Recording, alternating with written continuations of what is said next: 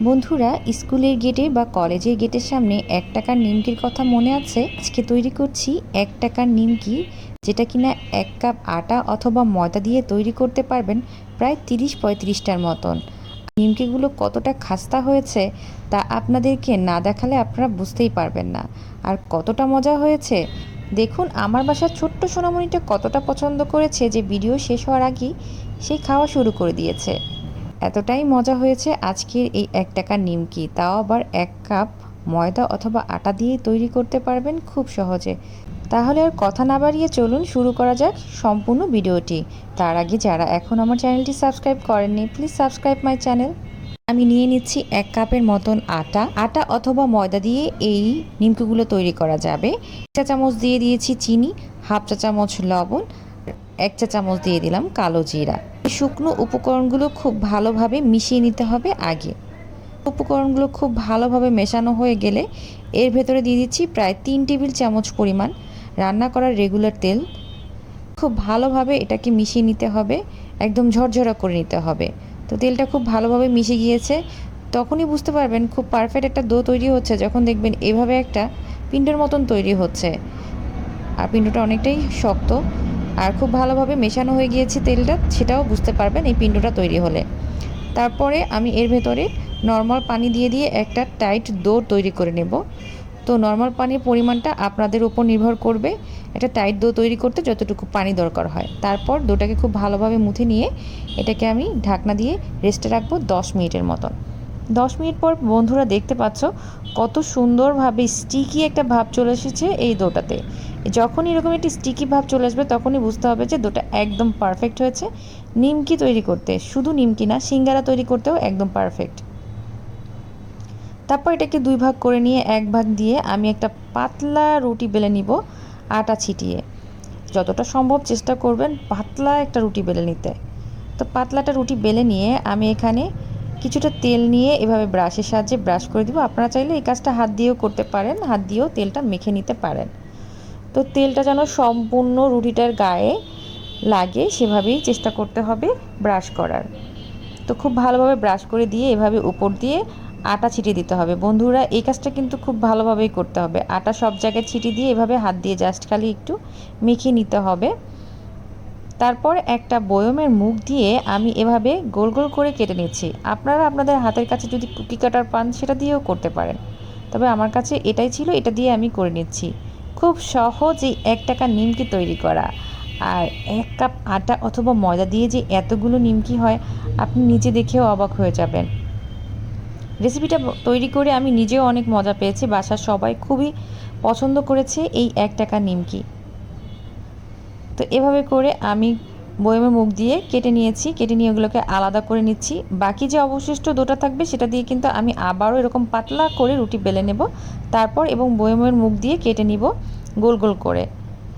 আপনাদেরকে একটু দেখাচ্ছি কিভাবে এই নিমকিগুলো তৈরি করবেন। খুব সহজেই এই নিমকিগুলো তৈরি করা যায়, এতটাই সহজ। দেখুন এভাবে করে আমি প্রত্যেকটা গোল রুটিগুলো এভাবে করে নিয়ে নিলাম। তারপর জাস্ট এভাবে একটা ভাঁজ দিতে হবে।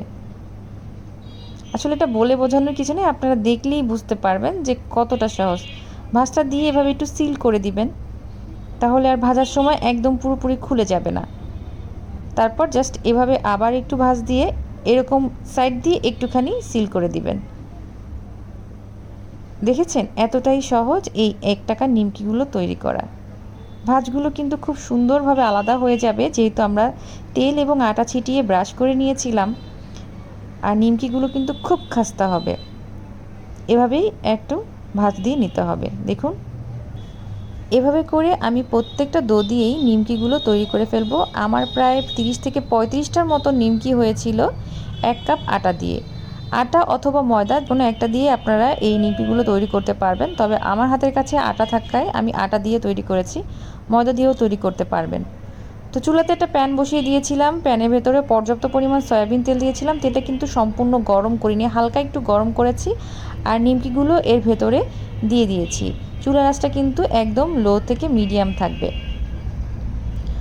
চুলার আঁচটা লোতে রেখে এভাবে করে প্যানের হাতলটা ধরে একটু নেড়ে দিবেন, দেখবেন যে নিমকিগুলো খুব সুন্দরভাবে ফুলতে শুরু করেছে এবং খাস্তা হতে শুরু করেছে, ভাঁজগুলো খুব স্পষ্ট হচ্ছে। বন্ধুরা, আপনারা দেখতে পাচ্ছেন কত সুন্দরভাবে নিমকিগুলো কালার চলে এসেছে এবং খাস্তা হয়েছে, ভাঁজগুলো স্পষ্ট হয়েছে। এই পর্যায়ে আমি কি করব, তেল ঝরিয়ে এই নিমকিগুলোকে তুলে নেব। এভাবে পর্যায়ক্রমে আমি সবগুলো নিমকি ভেজে নেব। কতটা সুন্দর হয়েছে নিমকিগুলো দেখেই আপনারা বুঝতে পারছেন।